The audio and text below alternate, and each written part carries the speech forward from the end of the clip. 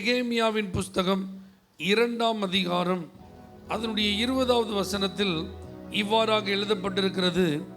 பரலோகத்தின் தேவனானவர் எங்களுக்கு காரியத்தை கைகூடி வர பண்ணுவார். அல்லேலூயா. இந்த வார்த்தை கேட்குறவங்க எல்லாருக்கும் ஏசப்பா சொல்ல விரும்புகிற காரியம், நீங்கள் என்னென்ன காரியங்களை செய்கிறீங்களோ அது எல்லாம் கைகூடி வரப்போகிறது, எல்லாம் சக்ஸஸ் ஆக போகிறது. நீங்கள் செய்ய போகிற காரியங்களில் வெற்றியை காணப்போகிறீர்கள். உங்கள் காரியம் எதுவும் தோல்வியில் முடியாது, உங்கள் காரியம் எதுவும் பாதியில் நிறுத்தப்படாது. அல்லேலூயா. இங்கிலீஷில் ரொம்ப அழகாக இருக்குது, ப்ராஸ்பரஸ். ஆண்டவர் எங்களை செழிக்க செய்வார். நம்ம காரியம் சக்ஸஸ் ஆகும்போது நம்ம வாழ்க்கை எப்படி மாறிடும்? செழிப்பாக மாறிடும். ஆமென் சொல்லுங்கள் பார்க்கலாம். ஏன்னா ஆண்டவர் நம்மை ஆசீர்வதிப்பதில் பல நிலைகளிலே அவர் நம்மை ஆசீர்வதிக்கிறார். இப்போ இந்த இடத்துல நெகேமியா இந்த வார்த்தையை மிகுந்த நம்பிக்கையோடு அவர் சொல்கிறாரு, பரலோகத்தின் தேவனானவர் எங்களுக்கு காரியத்தை கைகூடி வர பண்ணுவார். நல்லா புரிஞ்சுக்கோங்க, இவர் ஒரு காரியத்தை பாரத்தோடு செய்கிறார். இவர் ஒரு காரியத்தை எப்படி செய்கிறாரு? பாரத்தோட, ரொம்ப இன்வால்மெண்ட்டோட, ரொம்ப சீரியஸாக, ரொம்ப சின்சியராக இந்த காரியத்தை பொறுப்படுத்தி செய்கிறார். அதனால தான் கர்த்தர் பாருங்க எனக்கு அதை கைகூடி வர பண்ணுவார்னு தைரியமாக அவரால் சொல்ல முடியுது. ஆமேன்னு சொல்லுங்கள் பார்க்கலாம்.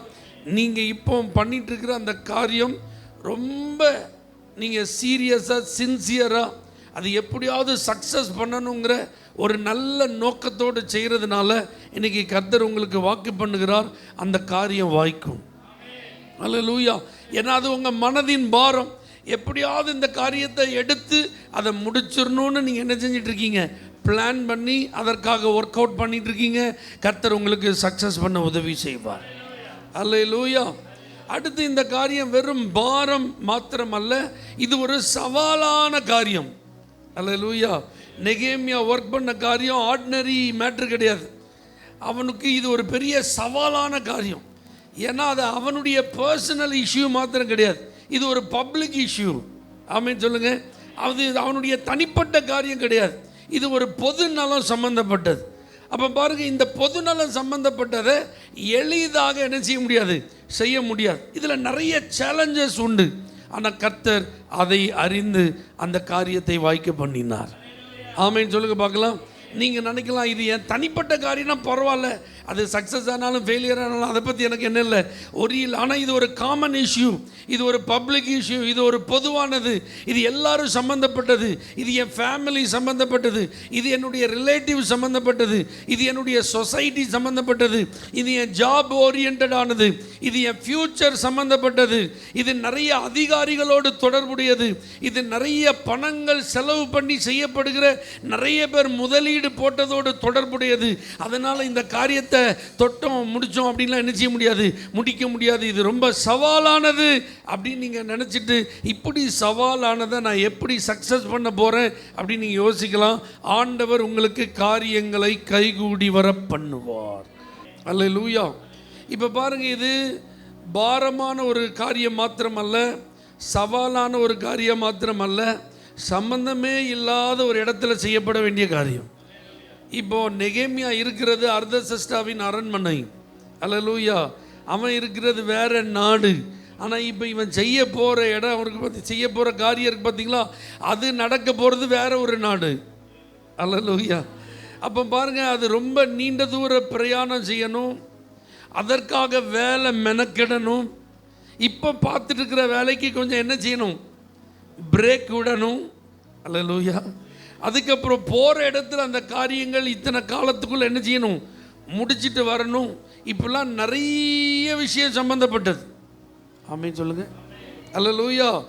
அப்போ இதெல்லாம் மனசில் வச்சுட்டு தான் நெகேமியா சொல்கிறாரு, ஆண்டவர் இப்படிப்பட்ட இந்த காரியத்தை எனக்கு வாய்க்க பண்ணுவார். அல்லேலூயா. அப்போ பாருங்கள், நீங்கள் இப்போ செய்ய விரும்பும் காரியம், சக்ஸஸ் பண்ண விரும்பும் காரியம் உங்கள் இடத்துல நடந்ததுன்னா உங்களுக்கு ஒரு ஃபோன் பண்ணால் போதும். அல்லேலூயா. ஈஸியாக முடிஞ்சிடும். உங்கள் இடத்துல நடக்கிறதா இருந்தால் உங்களுக்கு சப்போர்ட் பண்ணுறதுக்கு கையை தட்டினா போதும், ஓடி வர்றதுக்கு யார் இருக்கா? நிறைய ஆட்கள் இருக்காங்க அப்படின்னு நீங்கள் சொல்லலாம். ஆனால் இது ஒரு அந்நிய இடத்துல நடக்கிற ஒரு காரியம், ரொம்ப வருஷம் இடைவெளிக்கு அப்புறம் அந்த இடத்துல போய் நான் செய்ய போகிறேன். அப்போ அந்த வேலையை நான் செய்யணும் அப்படின்னா அதுக்குன்னு ஏகப்பட்ட முயற்சிகள், பெரும் முயற்சிகளாக என்ன செய்யணும், எடுக்கப்படணும்னு நீங்கள் யோசிச்சுட்டு இந்த மாதிரி இவ்வளோ தூரம் போய் இந்த காரியத்தை செஞ்சால் இது எனக்கு சக்ஸஸ் ஆகுமா அப்படின்னு நீங்கள் யோசிச்சுட்டு இருக்கலாம். அது எவ்வளோ தூரம் நீங்கள் பிரயாணம் பண்ணி போக வேண்டியதாக இருந்தாலும், எவ்வளவு காலம் அதில் நீங்கள் செலவு செய்ய வேண்டியிருந்தாலும் அந்த காரியத்தை கர்த்தர் வாய்க்க பண்ணுவார். அல்லேலூயா. இதெல்லாம் உங்களால் நம்ப முடியுதா? ஆமேன்னு சொல்லுங்க பார்க்கலாம். நெகேமியா அப்படி எந்த காரியத்தை வாய்க்க பண்ணுவார்னு தைரியமாக சொல்கிறாருன்னா, எருசலேமின் அலங்கம் கட்டப்படுகிற காரியத்தை குறித்து தான் அவர் இந்த வார்த்தையை சொல்கிறாரு. பரலோகத்தின் தேவனானவர் எங்களுக்கு காரியங்களை கைகூடி வர பண்ணுவார். அல்லேலூயா. இப்போ இது நமக்கு பார்க்குறதுக்கு தோணலாம், இது இவருடைய பிஸ்னஸ் கிடையாது, இது இவருடைய வேலை கிடையாது. ஏன்னா இவருக்கு நல்ல ஒரு அரண்மனையில் வேலை இருக்குது. இவர் ஒரு கப்பியரர், பானபாத்திரக்காரன், ராஜாவுடைய அரண்மனையில் நல்ல உத்தியோகம் பண்ணிட்டு இருக்கிறார். அப்போ இவர் உண்டு, இவர் வேலை உண்டுன்னு என்ன செய்யலாம், இருக்கலாம். நல்ல வருமானம் இருக்குது, நல்ல வசதி இருக்குது, நல்ல சொகுசான வாழ்க்கை இருக்குது. ஆனால் பாருங்கள், இந்த மனுஷனை கர்த்தர் இந்த காரியத்தை சக்ஸஸ் பண்ணுறதுக்கு பயன்படுத்துகிறான். ஒரு ஆமீன் சொல்லுங்கள் பார்க்கலாம். இன்றைக்கி நான் தீர்க்க தரிசனமாக உங்களை பார்த்து சொல்கிறேன், உங்களுக்கு நல்ல வேலை இருக்குது, நல்ல வருமானம் இருக்குது, நல்ல செட்டில்மெண்ட் இருக்குது. ஆனால் கர்த்தர் உங்களை வச்சு ஒரு புதிய காரியத்தை தொடங்க போகிறார். உங்களை வச்சு ஒரு பெரிய காரியத்தை செய்ய விரும்புகிறார். அந்த காரியத்தை கர்த்தர் வாய்க்க பண்ணுவார். அல்லேலூயா. நீங்கள் நினைக்கலாம், இது எனக்கும் அந்த காரியத்திற்கு என்ன இல்லை, தொடர்பு இல்லை, சம்பந்தம் இல்லை, இப்போ நான் அதை செய்யணுங்கிற அவசியமும் இல்லை, அது நான் சம்பந்தப்பட்ட வேலை கிடையாது, அது இப்போ நான் இருக்கிற ப்ரொஃபஷனோடு தொடர்புடைய வேலை கிடையாது அப்படின்னு நீங்கள் நினச்சிட்டு இருக்கலாம். ஆனாலும் கர்த்தர் உங்களை கொண்டு தான் அந்த காரியத்தை செய்ய வேண்டும் என்று தீர்மானித்திருக்கிறபடினால், இனி வரக்கூடிய நாட்களில் உங்களை யாரையாவது கர்த்தர் அப்படி மூவ் பண்ணுறாருன்னா எஸ் சொல்லுங்க, காரியம் வாய்க்கும். அல்லேலூயா. ஒரு ப்ராஜெக்டை உங்களுக்கு கர்த்தர் தந்து, ஒரு பொறுப்பை கர்த்தர் கொடுத்து, ஒரு வேலையை கர்த்தர் கொடுத்து, ஒரு காரியத்தை நீங்கள் செய்யணும்னு சொல்லும்போது உங்களுக்கும் அது அந்த காரியத்திற்கும் தொடர்பில்லாதது போல் இருக்குங்கிறதுனால நோ சொல்ல வேண்டாம். சம்பந்தம் இல்லை என்பதனால எனக்கு இது முடியாதுன்னு நீங்கள் என்ன செய்ய வேண்டாம், சொல்ல வேண்டாம். உங்களுக்கு காரியத்தை கைகூடி வர பண்ண ஒரு பரலோகத்தின் தேவன் இருக்கிறார். அல்லேலூயா. அதனால் உங்கள் காரியம் வாய்க்கும். தானியேலின் காரியம் ஜெயமாய் இருந்தது என்று எழுதப்பட்டது போல பரலோகத்தின் தேவன் உங்கள் காரியங்களை வாய்க்க பண்ணும்போது நீங்களும் சொல்லுவீங்க, என்னுடைய காரியமும் ஜெயமாய் இருந்தது. அல்லேலூயா. என்ன காரிய சித்தியோ கர்த்தரால் தான் வரும். ஒரு காரியத்தின் முடிவு யார் கையில் இருக்கு? கர்த்தர் கையில் இருக்கு. ரிசல்ட் யார் கையில் இருக்கு? குதிரை இத்தனை நாளுக்கு ஆயத்தமாக்கப்படலாம், ஆனால் ஜெயமோ அப்போ துவங்கிறது அப்படிங்கிறது ஒரு பக்கம் இருந்தாலும் சக்சஸ்ஃபுல்லாக முடிக்கிறது கர்த்தர். அல்லேலூயா. அப்போ பாருங்க, பரலோகத்தின் தேவனானவர் எங்களுக்கு காரியங்களை கைகூடி வர பண்ணுவார் அப்படின்னு இந்த நெகேமியா சொல்லும்போது அவர் சந்தித்த 3 காரியங்களை நீங்கள் மனதில் வைத்தால், நீங்களும் இந்த காரியங்களை செய்யும்போது உங்களை இந்த காரியங்கள் சந்திக்கும் போது பயப்பட மாட்டீங்க, கவலைப்பட மாட்டீங்க, சந்தேகப்பட மாட்டீங்க, செய்கிறத ஸ்டாப் பண்ண மாட்டீங்க, கண்டினியூ பண்ணிகிட்டே இருப்பீங்க, சக்ஸஸ் ஆயிரும். அல்லேலூயா. அப்போ பரலோகத்தின் தேவன் நெகேமியாவுக்கு இந்த காரியங்களை கைகூடி வர பண்ணுவதற்கு முன்பாக இந்த நெகேமியா எதிர்ப்பை சந்தித்தான். அல்லேலூயா. நெகேமியா எதை சந்தித்தார்? எதிர்ப்பை. இந்த 2வது அதிகாரத்தை நீங்கள் நல்லா வாசித்து பார்த்தீங்கன்னா, சன்பல்லாத், தொபியா, அரபியனாகிய கேஷேம் அப்படிங்கிற மனிதர்கள் எல்லாம் அவங்களுக்கு அப்போஸ் பண்ணுறாங்க, எதிர்க்கிறாங்க. நீ இந்த வேலை என்ன செய்யக்கூடாது, நீ செய்யக்கூடாது. நல்லா கவனிங்க, இந்த நெகேமியாவுக்கு கர்த்தருடைய தயவு இருக்குது. இந்த நெகேமியாவின் மேலே கர்த்தருடைய கரம் நன்மையாக இருக்குது. இந்த நெகேமியாவுக்கு ராஜாவுடைய கண்களில் தயவு கிடைச்சிருக்கு. ராஜாவுடைய ரெக்கமெண்டேஷன் லெட்டர் கையில் இருக்குது. ராஜா கொடுத்து அனுப்பின உதவிகள் எல்லாம் இருக்குது. அதெல்லாம் வச்சுட்டு தான் இந்த காரியங்களை இவர் என்ன செய்கிறாரு, துவங்கி இருக்கிறார். ஆனால் பாருங்க, ஸ்பாட்டில் சம்பந்தப்பட்ட இடத்துல அந்த வேலை ஆரம்பிக்கணும்னு நின்ன உடனே எப்படி இருக்கு அவருக்கு? வரவேற்பு இல்லை. ஆமென். நல்ல வேலையாக நீங்கள் வந்துட்டீங்க, உங்களை மாதிரி ஆட்களை தான் நாங்கள் என்ன செஞ்சோம், எதிர்பார்த்துட்டு இருந்தோம், செய்யுங்கய்யா, சீக்கிரம் செய்யுங்கய்யா, உங்களுக்கு எங்களால் ஆன உதவியை நாங்கள் என்ன செய்கிறோம்னு சொல்கிறதுக்கு யார் இல்லை, ஆள் இல்லை. அதற்கு பதிலாக நீ இதை என்ன செய்யக்கூடாது, அப்படின்னு எதிர்ப்பு தெரிவிக்கிறதுக்கு தான் ஆள் இருந்தாங்க. நல்லா புரிஞ்சுக்கோங்க, உங்கள் காரியம் சக்ஸஸ் ஆக போகுது அப்படின்னா அதுக்கு முதல் அடையாளமே எதிர்ப்பு தான். அல்லேலூயா. நம்ம பொதுவாக எதிர்ப்புன்ன உடனே ஐயோ நம்ம காரியத்தை முடிச்சிட போகிறோம் போல, இனிமேல் நமக்கு சக்ஸஸ் இல்லை போல, நம்ம அவசரப்பட்டு ஆரம்பிச்சிட்டோம் போல, தெரியாமல் இந்த இடத்துல வந்து மாட்டிக்கிட்டோம் போல நம்ம நினைப்போம். ஆனால் நீங்கள் ஆண்டவருடைய பிள்ளைகள் நல்லா புரிஞ்சுக்கோங்க, தேவனுடைய சித்தம் இல்லாமல், தேவனுடைய அனுமதி இல்லாமல், தேவனுடைய வழி நடத்துதல் இல்லாமல் நீங்கள் எந்த காரியத்தை என்ன செய்ய போகிறதில்ல, செய்ய போகிறதில்ல. அப்படி ஒரு காரியத்தை நீங்கள் செய்யும்போது ஒரு எதிர்ப்பு வருதுன்னா நல்லா ஸ்தோத்திரம் பண்ணுங்க, என் காரியம் சீக்கிரம் சக்ஸஸ் ஆக போகுது. ஹல்லேலூயா, ஆமென் சொல்லுங்க. அப்போ எந்த நல்ல காரியம் அப்படின்னாலும் அங்கே ஏதாவது ஒரு எதிர்ப்பு என்ன செய்யும் இருக்கு, ஒரு தடை என்ன செய்யும், கண்டிப்பாக இருக்கும். பாருங்கள், இஸ்ரவேல் ஜனங்கள் 70 ஆண்டுகள் சிறையிருப்பிலிருந்து திரும்பி வந்து அந்த ராஜா கோரேஸ் இருக்கான் பார்த்தீங்களா, அவனுடைய ஆவிய ஆண்டவர் ஏவினதுனால அவன் விடுதலை பிரகடனம் பண்ணிட்டான். எப்போ இஸ்ரவேலர்கள் யார் யார் விரும்புகிறீங்களோ நீங்கள் எல்லாரும் உங்கள் சொந்த நாட்டுக்கு என்ன செய்யலாம், நீங்கள் போகலாம். போகும்போது சும்மா இல்லைப்பா, உங்கள் தேவாலயத்தை கட்டுறதுக்கு தேவையான எல்லாத்தையும் எடுத்துகிட்டு போங்கன்னு சொல்லி அவன் ஒரு பெரிய லெட்டரை என்ன செஞ்சிட்டான், அஃபீஷியலாக எழுதிட்டான். ஆமேன். இப்போ பாருங்கள், அங்கேருந்து வந்த ஜனங்கள் ரொம்ப சந்தோஷத்தோடு, ஆரவாரத்தோடு, ஆர்ப்பாட்டத்தோடு அந்த தேவாலயத்துக்கு அஸ்திபாரம் தான் போட்டாங்க. எதிர்ப்பு வந்துட்டு ஸ்டே வாங்கிட்டான். நீ ஆலயத்தை என்ன செய்யக்கூடாது, கட்டக்கூடாது. ஹல்லேலூயா. அப்போ நல்லா புரிஞ்சுக்கோங்க, தேவ நாம மகிமைக்காக உங்கள் காரியம் சக்ஸஸ் ஆக போகிறத பிசாசு அறிந்திருந்தால் உடனே அதை ஸ்டாப் பண்ணுறதுக்கு என்ன செய்யலாமோ அதை தான் செய்வான். உடனே இது நல்ல ஒரு நிலம் இல்லை போல், நல்ல ஒரு நேரம் இல்லை போல், நல்ல ஒரு இடம் இல்லை போல், நல்ல ஒரு சகுனம் இல்லை போல், இப்படிலாம் உலகம் நினைப்பது போல் நீங்கள் என்ன செய்யக்கூடாது, நினைக்கக்கூடாது. எதிர்ப்பு வந்ததற்காக ஸ்தோத்திரம், தடைகள் வந்ததற்காக ஸ்தோத்திரம். என் காரியம் தீவிரமாக போகிறது, என் காரியம் துரிதமாய் நடக்க போகிறது, என் காரியம் சக்சஸ்ஃபுல்லாக முடிய போகிறது. அல்லேலூயா. இப்போ பாருங்கள், எதிர்ப்புகள் எப்படி வருதுன்னா எதிரிகள் மூலமாய் வருகிறது. இவங்கெல்லாம் இவனுடைய நலம் விரும்பிகள் அல்ல. ஆமீன். அப்போ நீங்கள் எதிர்ப்புகளையும் சந்திக்க வேண்டியது இருக்கும், ரெண்டாவது எதிரிகளையும் சந்திக்க வேண்டியது இருக்கும். ஆமீன் சொல்லுங்கள்.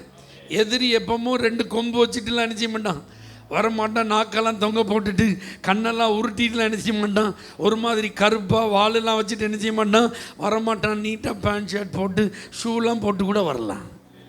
அல்லேலூயா. அழகாக சாரி பட்டு சேலைலாம் கட்டிட்டு கூட என்ன செய்யலாம், வரலாம். ஆமேன்னு சொல்லுங்க பார்க்கலாம்.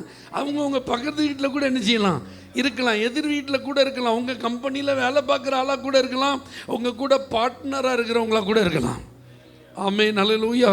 அவங்க உங்களுக்கு ரொம்ப தெரிஞ்சவங்களாகவும் இருக்கலாம், அல்லது புதிதாக இப்போ தான் அவங்கள முதல் முறையாக பார்க்குறவங்களாகவும் என்ன செய்யலாம், இருக்கலாம். அல்லேலூயா.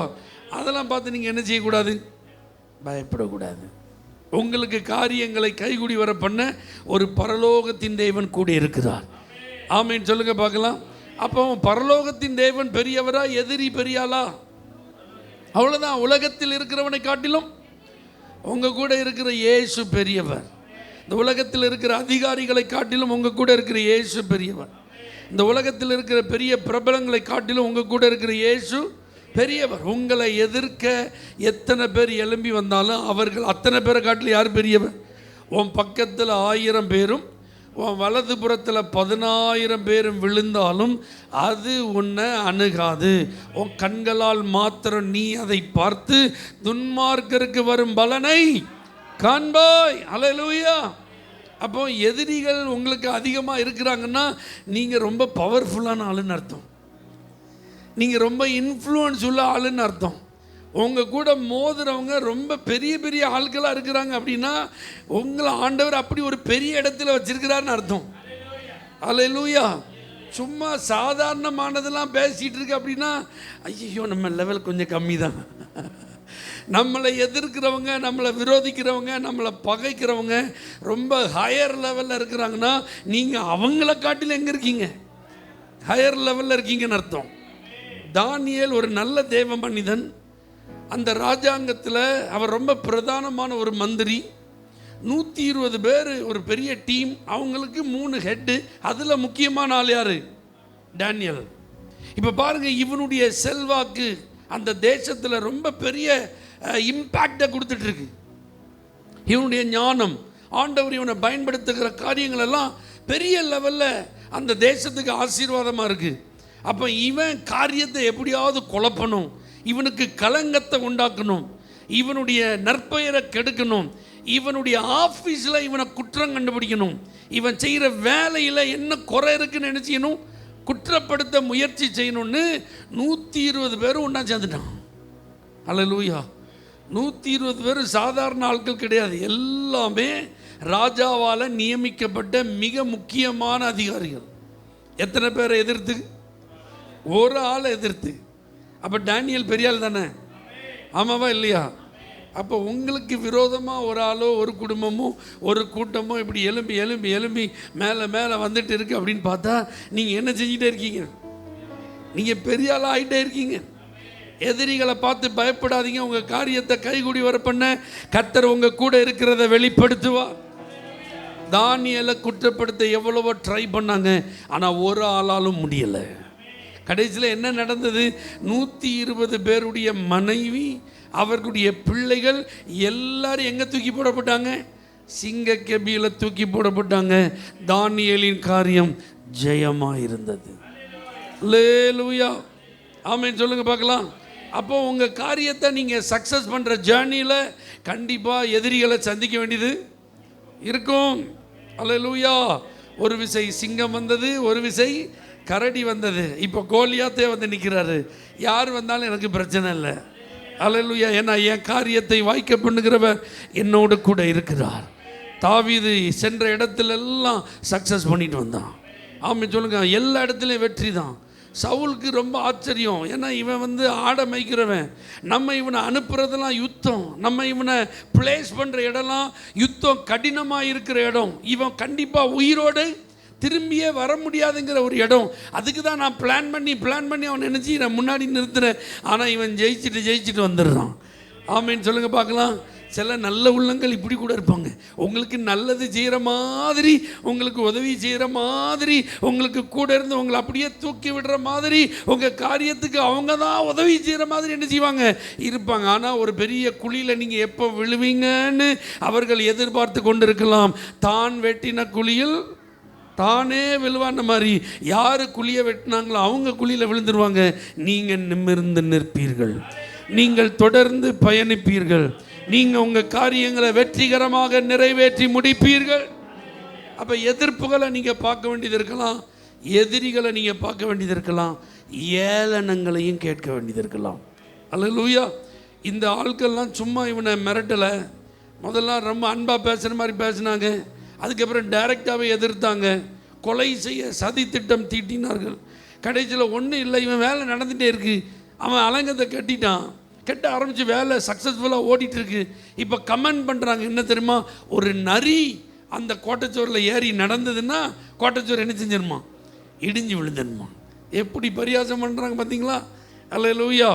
அவன் இரவும் பகலும் ஆட்களை ஒரு கையில் அந்த ஆயுதத்தையும் ஒரு கையில் அந்த அலங்கத்தை கட்டுவதற்கான கட்டுமான வேலைக்கு தேவையான உபகரணத்தையும் வச்சு அவன் அந்த வேலையை சக்ஸஸ்ஃபுல்லாக நடத்திட்டு இருக்கான். அது எல்லாம் அப்படியே சக்ஸஸ் ஆகி கம்ப்ளீஷனுக்கு வந்துட்டு இருக்கு. இப்போ கமெண்ட் எப்படி வருது? நரி அந்த செவரில் ஏறி போச்சுன்னா அந்த செவரு இடிஞ்சு விழுந்துரும்னு. ஆமேன்னு சொல்லுங்கள். அப்போ இப்படி நம்மை மனமடிவாக்குகிற வார்த்தைகள், ஏளனமான வார்த்தைகள், பரிகாசமான வார்த்தைகள், கேலி கிண்டல், இதெல்லாம் நமக்கு எதிராக நினச்சிக்கலாம் வரலாம். ஆமேன்னு சொல்லுங்கள். அப்படிலாம் வந்துட்டுன்னா நீங்கள் சீக்கிரமாக சக்ஸஸ் பண்ண போகிறீங்கன்னு அர்த்தம். உங்கள் காரியம் வேகமாக முடியுதுன்னு அர்த்தம். அல்லேலூயா. நீங்கள் எடுத்த காரியத்தில் ஆண்டவர் ஒரு நாளும் உங்களை தோல்வியடைய என்ன செய்ய மாட்டார், விடவே மாட்டார். அல்லேலூயா. அதனால் பரிகாசங்களை கண்டு என்ன செய்யாதீங்க. ஒரு நாளும் உங்கள் மனசில் அதை வருத்தமாக வேதனையாக அதை கொண்டு போய் பெரிய அழுகையை என்ன செஞ்சிடாதீங்க, மாற்றிடாதீங்க. அந்த பரிகாசங்களுக்காக கர்த்தரை நல்லா ஸ்தோத்திரம் பண்ணுங்க. ஆமேன்னு சொல்லுங்க பார்க்கலாம். நல்ல கர்த்தரை துதிங்க. ஏளனத்துக்காக நல்ல கர்த்தரை துதிங்க. சீமேன்கிற மனுஷன் தாவீதை கொடிய தூஷணமாக என்ன செஞ்சானோ, தூசித்தான். ஏன்னா அவன் அரண்மனை இழந்து வெறும் காலோடு முகத்தை மூடிட்டு அழுதுட்டு போகிறான். மறுபடி அரண்மனைக்கு அவன் திரும்பி வருவானாங்கிறது பெரிய கேள்விக்குறி. ஆனால் பாருங்க, கர்த்தர் எந்த இடத்துலேருந்து வெறுங்காலோடு நடந்து போனானோ அதே இடத்திற்கு வெற்றியோடு திரும்பி வர உதவி செய்தார். அல்லேலூயா. அதனால பரலோகத்தின் தேவனானவர் உங்களுக்கு காரியங்களை கைகூடி வர பண்ணும்போது இப்படி 3 நிலைகளை நீங்கள் என்ன செய்யலாம், கடக்க வேண்டியது இருக்கலாம். இதெல்லாம் பார்க்கும்போது என் காரியம் நின்று விடுமோன்னு நீங்கள் யோசிக்கக்கூடாதுங்கிறது தான் கர்த்தர் இதெல்லாம் இருக்கும். எதிர்ப்பு இருக்கும், எதிரி இருப்பான், ஏளனை இருக்கும், அப்படிங்கிறத முன்னுக்கூட்டியே சொல்லிட்டார். அல்லேலூயா. அப்போ நாம் எப்படி இருக்கணும், நாம் என்ன செய்யணும்? நான் ஒரு நெகேமியா மாதிரி இருக்கணும். அல்லேலூயா. நம்ம யார் மாதிரி இருக்கணும்? நல்லா சொல்லுங்க. நெகேமியா மாதிரி இருக்கணும். அல்லேலூயா.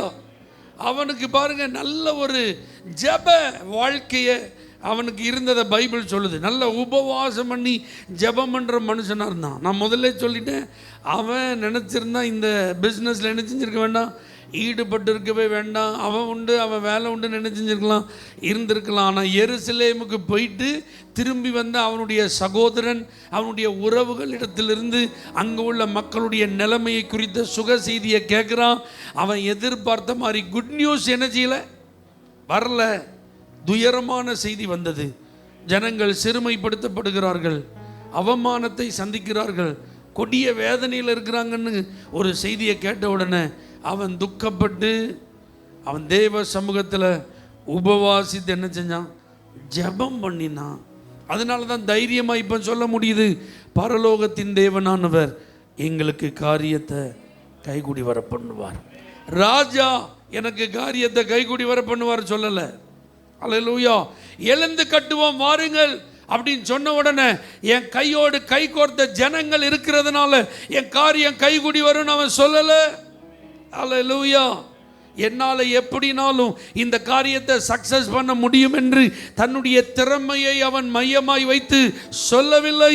அதற்கு பதிலாக அவன் சொன்ன ஒரு காரியம், பரலோகத்தின் தேவனானவர் தான் எங்களுக்கு காரியங்களை கைகூடி வர பண்ணுவார். அப்போ இவன் முழங்கால் யாருக்கு முன்பாக முடங்கி இருந்தது, இவன் கண்கள் யாரை நோக்கி பார்த்து கொண்டிருந்தது, இவன் கரம் யாருக்கு முன்பாக விரிக்கப்பட்டிருந்தது, ஆண்டவருக்கு முன்பாக. அல்லேலூயா. எனக்கு ஒத்தாசை வரும் பர்வதங்களுக்கு நேராக என் கண்களை நான் ஏறெடுக்கிறேன். ஏன் ஏறெடுக்கிறேன்?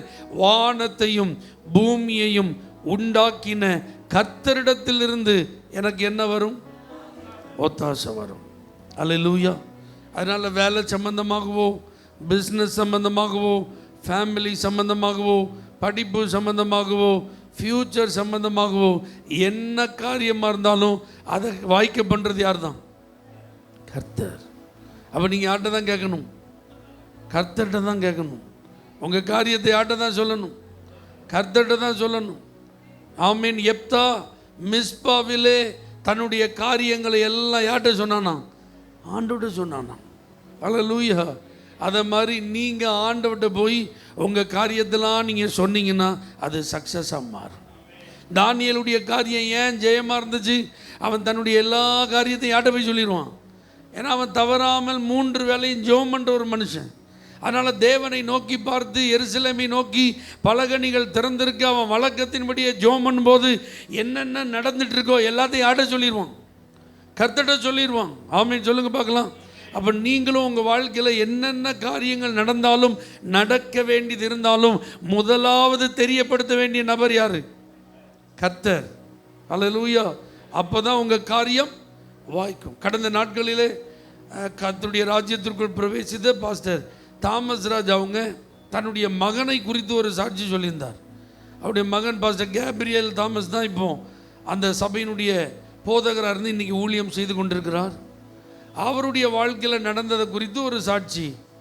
அவர் தன்னுடைய ஊழியத்தின் தேவைக்காக ஒரு நாள் அவங்க அப்பாட்ட வந்து, அப்பா இந்த காரியம் நடக்கிறதுக்கு இவ்வளோ பணம் என்ன செய்யுது, தேவைப்படுது, நீங்கள் எனக்கு தரணும் அப்படின்னு சொல்லி கேட்டார். அல்லேலூயா. மகன் யார்கிட்ட கேட்குறாரு? அப்பாட்ட கேட்குறாரு. உரிமை தானே, கேட்கலாம்ல. இல்லை ஏதாவது தப்பு இருக்கா? தப்பு இருக்கா? உனக்கு தானே மகனே, உனக்கு போக தான்டா மிச்சம். அவர் அப்படி சொல்லலை. அவர் சொன்னாராம் ஜெபம் பண்ணு பார்க்கலான்ட்டாராம். அல்லேலூயா. இவருக்கு இந்த வார்த்தையை அவர் என்ன செய்யல, அப்பாட்ட இருந்து எதிர்பார்க்கவே இல்லை. இவர் ரொம்ப வேதனையோட திரும்பி வந்தா இவருக்கு பின்னாடி இன்னொரு ஊழியர் போனாராம். அவர் போய் பாஸ்டர், என் ஊழியத்துக்கு கொஞ்சம் தேவைகள்லாம் நிறைய இருக்கு, அதனால் ஜெபம் பண்ணிட்டு உங்களை பார்த்துட்டு போகலான்னு வந்தேன் பாஸ்டர்னாராம். அப்படியே அவர் டிராயர்லேருந்து ஒரு கெட்டு பணத்தை எடுத்து, இந்தா உன் ஊழியத்தின் தேவை சந்திக்கப்படுறதுக்கு வச்சுக்கோ, நல்லா ஊழியம் செய்யணும் அவர் ஆசீர்வதிச்சு அனுப்பிட்டாராம். எப்படி இருக்கும் மகனுக்கு? இவர் பாருங்க வருத்தம். நேராக போனார் அவங்க அம்மாட்ட. அம்மா, நான் போய் அப்பாட்ட கேட்டேன், நீ ஜெபம் பண்ணி பார்க்கலான்னு சொல்லிட்டாரு, ஆனால் இன்னொரு மனுஷன் யாருன்னே தெரியாதுமா, அந்த ஆள் வந்து கேட்டவுடனே என் கண்ணு முன்னாடியே ஒரு கட்டு பணத்தை என்ன செய்கிறாரு, எடுத்து கொடுக்குறாருமா. என்னம்மா இது? மனைவிட்ட போய் சொன்னாராம், இனிமேல் இங்கெல்லாம் நம்மளால் ஊழியம் செய்ய முடியாது, நம்ம இடத்த என்ன செஞ்சிடும், காலி பண்ணிடும், நம்ம வேலையை நம்ம தனியாக என்ன செய்வோம் பார்ப்போம் அப்படின்ன மாதிரி சோர்ந்து போயிட்டார். ஆனால் பாருங்க, அன்னைக்கு அந்த சகோதரி மனைவி அவரும் சேர்ந்து ஆண்டுடைய சமூகத்தில், ஆண்டவரே இந்த காரியத்திற்காக உங்களை நோக்கி பார்க்குறோம்ப்பா, நீங்கள் இந்த தேவையை சந்திங்கன்னு ஜெபம் பண்ணாங்களாம். எங்கேருந்து வந்தது, யார் வந்து கொடுத்தானே தெரியாமல் தேவைகள் சந்திக்கப்பட்டு அந்த காரியம் சக்ஸஸாக நடக்கும்போது பாஸ்டர் தாமஸ் ராஜுக்கு முன்பாக இப்போ அவருடைய மகன் என்ன செய்கிறார், சாட்சியாக சொல்கிறாரு. அப்போ சொல்லும்போது அவர் சொல்லியிருக்கிறாரு, இந்த காரியங்கள் எல்லாவற்றையும் கர்த்தரே எனக்கு சந்திச்சார், அல்லேலூயான்னாராம். அப்போ தான் பாஸ்டர் தாமஸ் ராஜ் சந்தோஷப்பட்டாராம். நல்ல வேலைக்கு எங்கள் அப்பா எல்லாத்தையும் கொடுத்தாருன்னு சொல்லாமல் என் மக கர்த்தரை நம்பி வாழ்வதற்கு பழகுவதற்கு உதவி செய்திருக்கிறாரே, அதற்காக கர்த்தருக்கு ஸ்தோத்திரம், அல்லேலூயா. நல்லா புரிஞ்சுக்கோங்க, உங்கள் காரியங்கள் சக்சஸ் ஆகுவதற்கு உங்களுக்கு ஏதுக்கள் இருக்கலாம், உங்களுக்கு அதற்கான அனுகூலங்கள் இருக்கலாம், அதற்கான வாய்ப்புகள் இருக்கலாம், அதற்கான வழிகள் இருக்கலாம், அதற்கான வசதிகள் இருக்கலாம். ஆனால் இவைகள் இருப்பதினால் உடனே அங்கே கண்ணை நெஞ்சிடக்கூடாது, போயிடக்கூடாது. ஹல்லேலூயா. கர்த்தரையே நோக்கி பார்த்து நம்முடைய காரியங்களை வெற்றிகரமாய் வாய்க்க பண்ணுகிறவர் அவர் என்பதை நம்ம பழகுவதற்கு என்ன செய்யணும், நம்மை அர்ப்பணிக்க வேண்டும். சின்ன விஷயமோ பெரிய விஷயமோ கர்த்தர்கிட்ட இருந்து தான் நான் என்ன செய்யணும், பெற்றுக்கொள்ளணும். கர்த்தர் மூலமாக தான் எல்லாம் எனக்கு என்ன செய்யணும், நடக்கணும். அல்லேலூயா. இப்போ பாருங்க, என்னப்பா சன்பல்லாத்து தொப்பியா ஓவரா பேசுறீங்க, கேஷம் நீ என்ன அரபியன்னா பெரிய இவனா, ஓ ரீஜியனில் வந்து நாங்கள் இருக்கிறோம், என்கிட்ட என்ன இருக்குது, ராஜாவுடைய சிபாரிசு கடிதம் இருக்குது சொன்னானா? இல்லை. ஏய், நான் ஏன் சொந்த வேலையவா பார்க்க வந்திருக்கேன், ராஜாவினுடைய அனுமதியோடு பாரு எவ்வளோ பரிவாரங்களோடு நான் வந்திருக்கேன். அப்படி ஏதாவது கவுண்டர்ஃபீட் கொடுத்தானா? இல்லை. அதற்கு அவன் மறுமொழியாக பரலோகத்தின் தேவனானவர் எங்களுக்கு காரியத்தை கைகுடி வர பண்ணுவார். நீங்கள் பதில் சொல்கிறதுக்கு உங்கள் கையில் நிறையா இருக்கலாம், ஆனால் நீங்கள் அதை ஒரு நாள் என்ன செய்யக்கூடாது, சொல்லக்கூடாது. கர்த்தர் தான் என் காரியத்தை வாய்க்கப்படும். இப்படித்தான் ஆண்டவர் உங்களை நடத்த விரும்புகிறார். இப்படித்தான் கர்த்தர் உங்களுக்கு அனுபவங்களை கொடுக்க விரும்புகிறார். எத்தனை பேர் கர்த்தரையே நம்பி வாழ்வதற்கு என்ன அர்ப்பணிக்கிற, என் காரியம் நடக்கணும்னா அதுக்கு கர்த்தர் தான் சொல்லி அவரையே சார்ந்திருக்க என்ன அர்ப்பணிக்கிறேன்னு சொல்கிறவங்க கண்களை மூடி கர்த்தரை ஸ்தோத்திரம் பண்ணுங்க. ஹல்லேலூயா. எதிர்ப்புகள் வரலாம், எதிரிகள் வரலாம், ஏளனங்கள் வரலாம், ஆனால் என்ன வந்தாலும் என் கண்கள் கர்த்தரையே நோக்கி பார்த்து கொண்டிருப்பதற்காக ஆண்டவருக்கு ஸ்தோத்திரம் சொல்லுங்க. ஆண்டவரே உமக்கு நன்றி. For prayer contact, Pastor J. Kumar, El Shaddai Ministries, 9500252586, Surandai.